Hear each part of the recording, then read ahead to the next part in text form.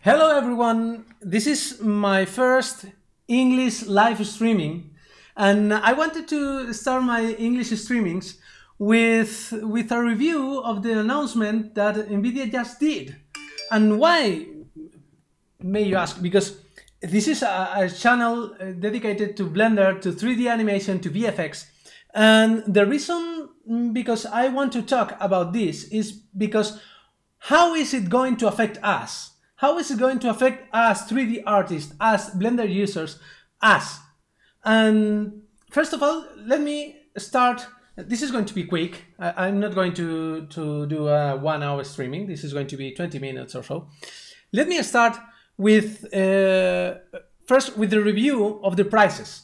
You can already pre-order the graphics cards. You can pre-order the 2080 Ti and the 2080. And the price, it's outrageous. I think this price, it's too high right now for us. And why I think that? Because right now, this GPU, which by the way looks amazing, has some technology that we are not going to leverage. So for the time being, we are not going to leverage optics in Blender because we don't have optics. Yet, because NVIDIA did optics compatible with GPL, so now optics is going to be included in the drivers. So Blender is compatible with optics, so we are going to be able to leverage optics denoiser and optics in many things, as long as we had it implemented. And Tom Rosendahl said that NVIDIA was eager to help the Blender Institute to implement optics inside Blender. But now this brings me a question: what happens with the let me move this. Hello Sam. What happens with the OpenCL GPUs? So what happens with the AMD users? In Blender, Blender has been software agnostic for so long. It's been software agnostic since the beginning, I think. And there has been times when Cycles was working better in CUDA, and now OpenCL catch up the CUDA performance, even it's better in some situations. But right now, if optics is implemented, I don't know, or at least I don't know if there is a counterpart for AMD. I don't know if Vulkan includes the same things as optics or RTX, DirectX RTX, because this is another thing. The DirectX RTX, there are a lot of X everywhere, it's a Windows thing. It's not going to be present in Linux, it's not going to be present in Mac, it's going to be present just in Windows. So I think this is not good for the industry in general. But on the other hand, I think it's very good that there is a possibility that we are going to have optics inside Cycles. Why? Because now this means that we are going to be able to do hardware accelerated ray tracing. And you know what that means. So this is super uber fast renders, and this is awesome. I'm sorry AMD guys, not you AMD users, but you AMD developers, AMD creators. if you don't come in with something that can be comparable with NVIDIA, you are going to lose this battle, because we need this so much. We need this a lot. Imagine that we can render near real time a 1080p or a 4K frame.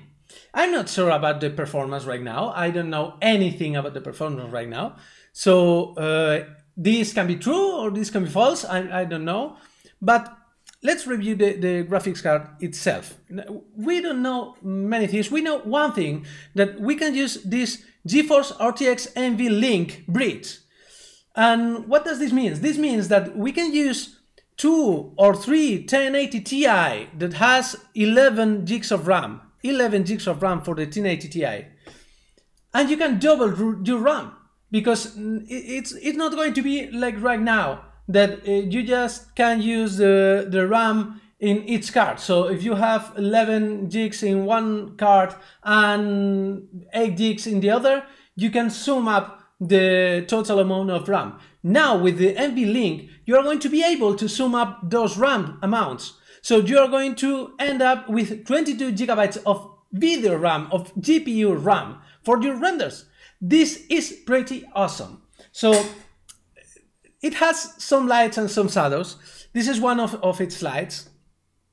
The other thing, well, I think this cannot be, you cannot compare a Pascal chip with a Turing chip, because there are two things that are pretty important: the ray tracing hardware part and the machine learning hardware part that is based in TensorFlow. So it's a TensorFlow computation chip, which is awesome also, because we are going to be able some pretty neat machine learning.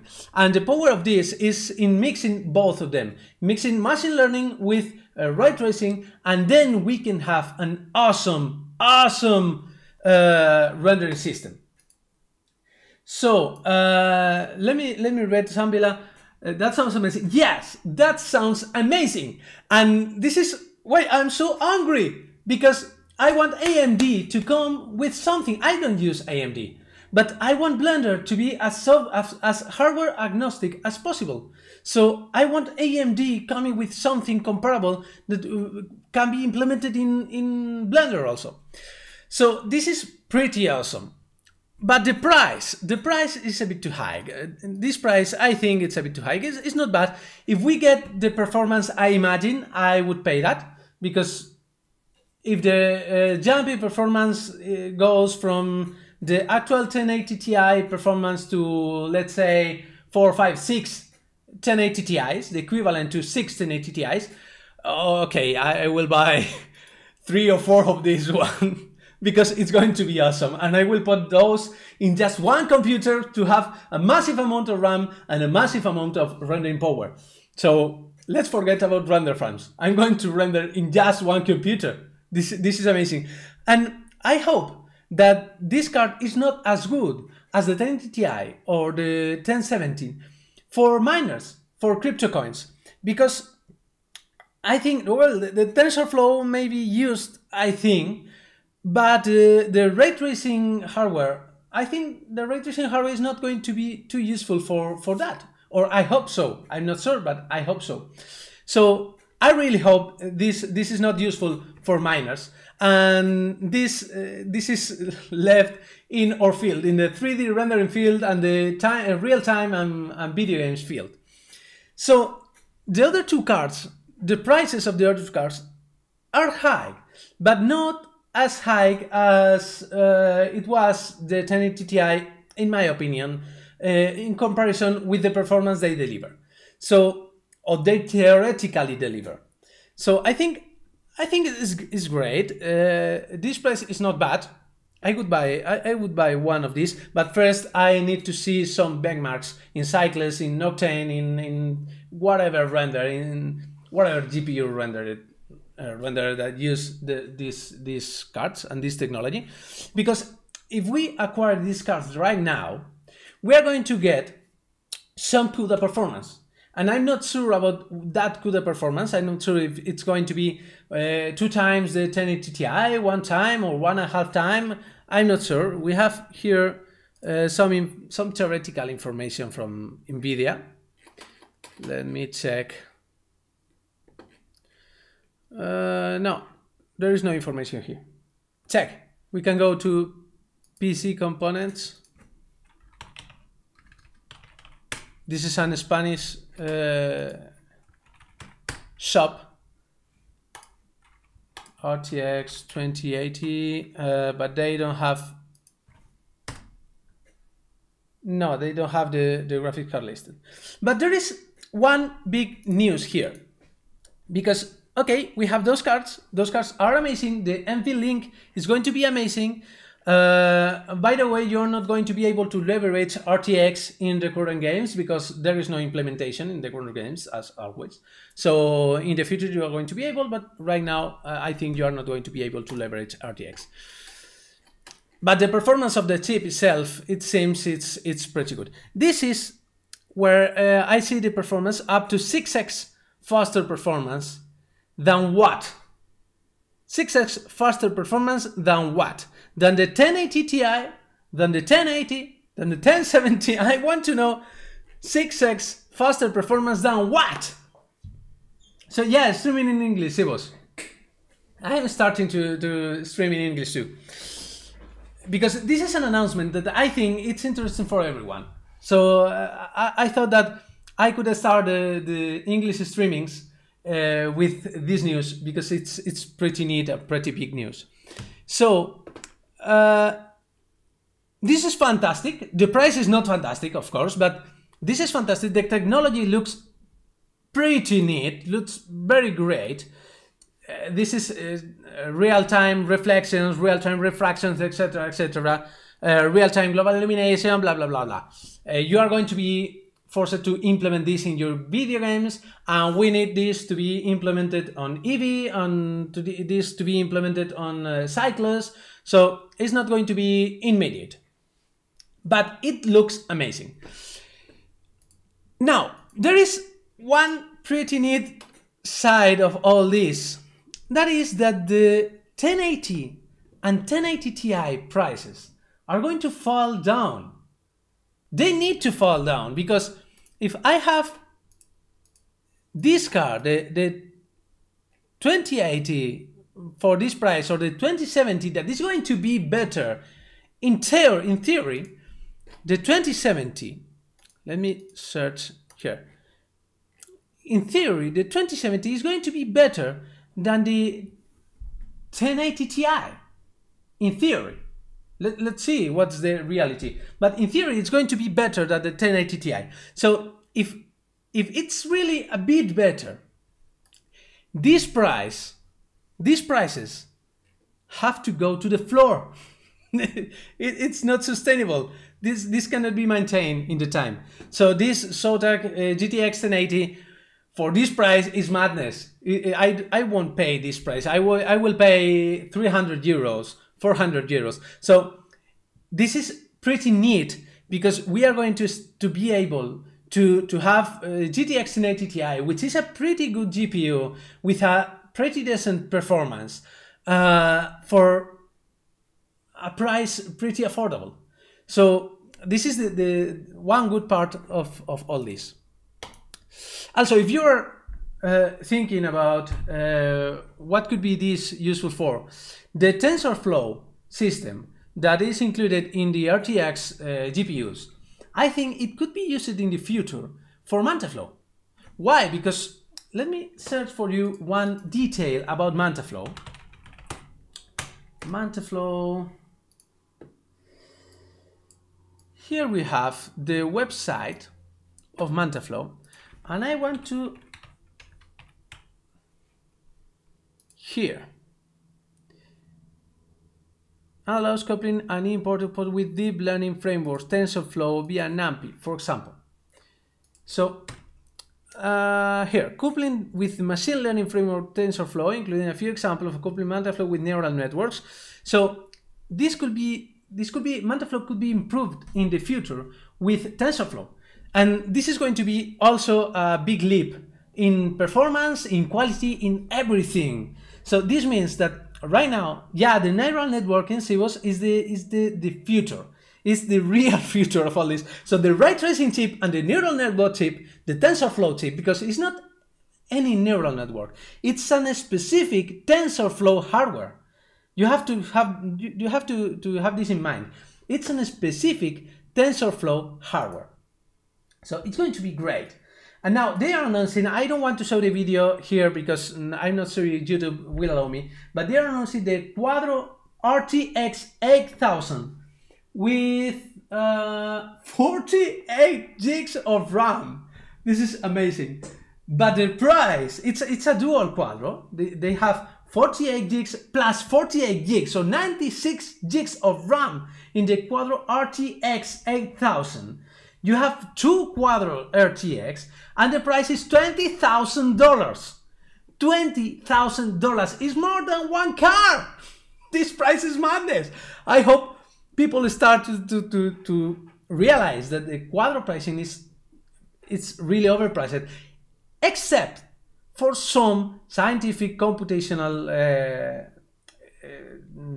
calculations. For some scientific calculations. But they announced the GeForce RTX 2080 Ti for $99. So we have our European tax here. This is our European tax. $99, it's equal to $1,259 euros, sorry. So I don't know why the change was this way, but this should cost us around 800 euros, not this price. This is madness, as always. But well, it's great.